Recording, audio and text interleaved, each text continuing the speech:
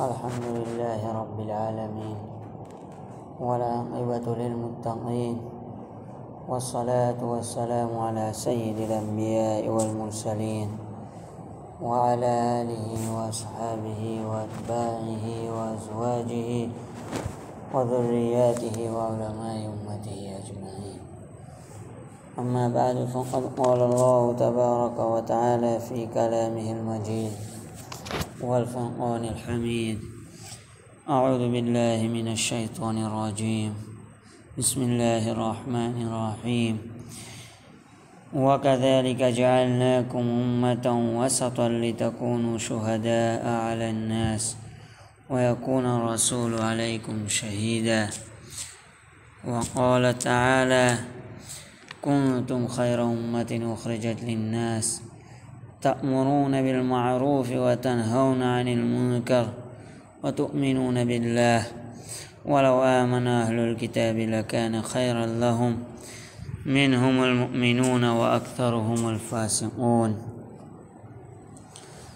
عن ابن عمر رضي الله تعالى عنهما عن رسول الله صلى الله عليه وسلم قال: إنما أجلكم في أجل من خلا من الأمم ما بين صلاة العصر إلى مغرب الشمس، وإنما مثلكم ومثل اليهود والنصارى كرجل استعمل عمالا فقال: من يعمل لي إلى نصف النهار على قيراط فعملت اليهود إلى نصف النهار على قيراط. ثم قال: من يعمل لي من نصف النهار إلى صلاة العصر على قيراط فعملت النصارى من نصف النهار إلى صلاة العصر على قيراط. ثم قال: من يعمل لي من صلاة العصر إلى مغرب الشمس على قيراطين. ألا فأنتم الذين يعملون من صلاة العصر إلى مغرب الشمس ألا لكم الأجر مرتين. فغضبت اليهود والنصارى فقالوا: نحن أكثر عملا وأقل عطاء. قال الله تعالى: فهل ظلمتكم من حقكم شيئا؟ قالوا: ألا. قال الله تعالى: فإنه فضلي أعطيه من شئت. رواه البخاری او قال كما صلی اللہ علیہ وسلم. محترم اور معزز سامعین کرام، مختصر بات کرنی ہے.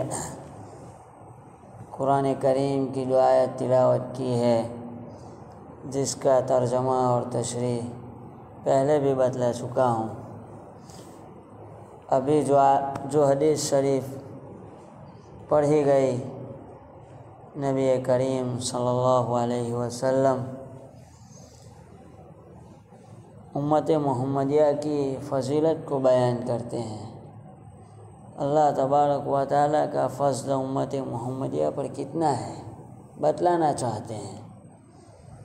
چنانچہ حدیث شریف میں ہے، نبی کریم صلی اللہ علیہ وسلم فرماتے ہیں کہ دوسری امتوں کے لوگوں کے مقابلے میں تمہارا عصر حیات اتنا ہے کہ نماز عصر کے بعد سے غروب آفتاب تک کا درمیانی وقت. اس کے علاوہ تمہارا معاملہ اور یہود و نصارہ کا معاملہ ایسا ہی ہے جیسے کہ کوئی شخص اجرت پر کام کرنے کے لیے کچھ مزدوروں کو طلب کرے اور ان سے کہے کہ کوئی ہے جو دوپہر تک کا میرا کام کرے اور میں ہر شخص کو ایک قیراط دوں گا.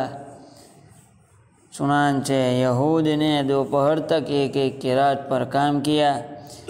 پھر اس شخص نے کہا: کوئی ہے جو دوپہر سے عصر تک میرا کام کرے اور میں ہر شخص کو ایک قیراط دوں گا. چنانچہ یہود کے بعد حضرت عیسیٰ علیہ السلام کے ماننے والے یعنی نصارہ نے دوپہر سے عصر تک ایک قیراط پر کام کیا. اس کے بعد پھر اس شخص نے کہا: کوئی ہے جو نماز عصر سے غروب آفتاب تک میرا کام کرے اور میں ہر شخص کو 2 قیراط دوں گا. اس کے بعد آپ صلی اللہ علیہ وسلم نے مسلمانوں کو مخاطب کر کے فرمایا، جان لو تم ہی وہ لوگ ہو جو عصر کی نماز سے غروب آفتاب تک کام کرنے والے ہیں، یاد رکھو تمہارا اجر دگنا ہے۔ اور اسی وجہ سے یہود و نصارہ بھڑک اٹھے اور بولے کہ عمل کے اعتبار سے تو ہم بہت بڑھے ہوئے ہیں، لیکن اجر و ثواب میں ہمارا حصہ بہت کم ہے۔ اللہ تعالیٰ نے ان کو جواب دیا، کیا میں نے تمہارے ساتھ کچھ ظلم کیا ہے؟ تو انہوں نے کہا کہ نہیں۔ پروردگار نے فرمایا، حقیقت یہ ہے کہ زیادہ اجر دینا میرا فضل اور احسان ہے، میں جس کو چاہوں زیادہ دوں۔ یہ حدیث شریف کا ترجمہ ہے کہ اللہ تبارک و تعالیٰ نے امت محمدیہ پر بڑا فضل فرمایا ہے۔ ہماری عمر کم ہے، اسی لیے وقت کی بھی قدر کرنی چاہیے، اور اللہ تبارک و تعالیٰ نے جو زندگی دی ہے اس کو خیر کے کاموں میں، دین کے کاموں میں استعمال کرنا چاہیے۔ یہ تو مثال ہے کہ عصر سے مغرب تک کا کام ہو اور اس کو دگنا اجر دیا جائے۔ بہت کم عبادتوں میں اللہ تبارک و تعالیٰ نے بہت زیادہ ثواب دیا ہے۔ مثال کے طور پر سال میں ایک مرتبہ لیلۃ القدر آتی ہے کہ جس میں انسان ایک رات میں کئی راتوں کا ثواب حاصل کر لیتا ہے۔ اسی طرح اگر کوئی شخص صبح میں اٹھ کر یا کوئی اور وقت والدین کی محبت سے والدین کی زیارت کر لے، تب بھی مقبول حج عمرہ کا ثواب ملتا ہے۔ اگر فجر کے بعد اشراق تک اسی جگہ پر بیٹھ کر ذکر و اذکار تلاوت میں مشغول رہتا ہے اور پھر 2 رکعت پڑھتا ہے، اس کو بھی مقبول حج کا ثواب ملتا ہے۔ بہرحال کہنے کا مقصد یہ ہے کہ اللہ تبارک و تعالیٰ نے ہمارے ساتھ بڑا فضل کا معاملہ فرمایا ہے، تو ہمیں اس کا فائدہ اٹھانا چاہیے کہ اس مختصر سی زندگی میں جو ہم سے بن پڑے خیر کا کام، دین کا کام کر لے۔ انہی کاموں میں سے ایک کام دعوت و تبلیغ کا ہے۔ اور دعوت و تبلیغ کا کام کیوں ضروری ہے، خصوصاً اس زمانے میں؟ پہلے بھی کہا کہ بتلا چکا ہوں، تعبیرات ہو سکتا ہے کہ الگ ہو جائے، کہ امت کی 2 قسمیں ہیں، ایک تو امت دعوت ہے، ایک دوسری امت اجابت ہے۔ ایک تو امت محمدیہ میں وہ لوگ ہیں جو اللہ تبارک و تعالیٰ پر ایمان لے آئے ہیں، اور ایک تو وہ ہے جو اللہ تبارک و تعالیٰ پر ایمان نہیں لائے ہیں، اور ان کے پیچھے محنت کرنا ہے۔ ان کے پیچھے محنت کرنے کے لیے ضروری ہے کہ ایسے افراد ہو، اور امت اجابت جو ہے وہ ایسی ہو کہ وہ جو لوگ ایمان نہیں لائے ہیں ان کو ایمان کی نعمت کو سمجھا سکے۔ اس کے لیے پہلے ہمیں اندرونی محنت کرنی ہے۔ اندرونی محنت اگر مضبوط ہو جاتی ہے تو پھر وہ لوگ جو ایمان نہیں لائے ہیں ان کو دعوت دینا ہے۔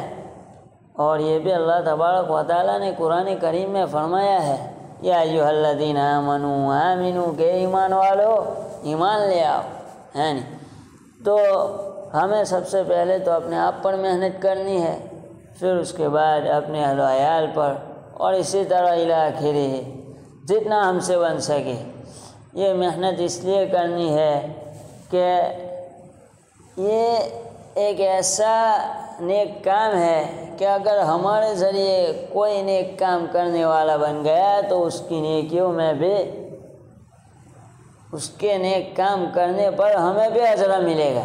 یہ بھی حدیث میں ہے کہ اگر کوئی شخص نیک کام کرتا ہے تو کوئی کسی کو نیک کام کرتا ہے اور نیکی کی دعوت دیتا ہے، تو جب دوسرا شخص کرتا ہے تو اس کا اجر کم نہیں کیا جاتا، اور جس کے جو ذریعہ بنتا ہے نیک کام کرنے کا اس کو بھی نیکی ملتی ہے۔ بیعینی حدیث نہیں ہے، اس کا مفہوم ہے، ترمذی شریف میں غالباً ایسی روایت ہے۔ تو بہرحال ہمیں یہ نیک کام کرنا ہے، اور اس کے پیچھے ویسے ہی زندگی مختصر ہے، اس میں سے ہمارا مختصر وقت لگ جاتا ہے، اور کوئی ہمارے ذریعے نیک کام پر چلنے لگتا ہے تو پھر یہ ہمارے لیے آخرت کا ذریعہ ہے۔ اور فتنوں کا دور ہے، اگر ہم نے اپنے پیچھے اور جن پر ہمارا حق بنتا ہے ان کے پیچھے محنت نہیں کی تو آنے والا کل بہت دشوار ہو جائے گا۔ اور یہ ایک ایسا آسان راستہ ہے جس کے ذریعے ہم کسی بھی عمر میں ہو زندگی کے اور کسی بھی مشغلے کے ساتھ وابستہ ہو اس کام کو کر سکتے ہیں، یعنی مدرسہ، لیکن اس کے لیے دوسرے کاموں سے فارغ ہو جانا پڑتا ہے۔ تو بہرحال کہنے کا مقصد یہ ہے کہ ہم اس کام میں جڑے اور اللہ تبارک و تعالیٰ سے دعا بھی کرے کہ اللہ تبارک و تعالیٰ ہم سے یہ کام لے لے۔ وقت کافی ہو گیا ہمارے خیال سے، ہے نہیں؟ جتنا وقت ہوتا ہے اس سے زیادہ بڑھ گیا تو معافی چاہتے ہیں۔ بہرحال یہ بھی ترتیب باتیں کہہ دی ہے۔ اللہ تبارک و تعالی ہم سب کو اس پر عمل کرنے کی توفیق عطا فرمائے۔ وآخر دعوانا الحمد للہ رب العالمین۔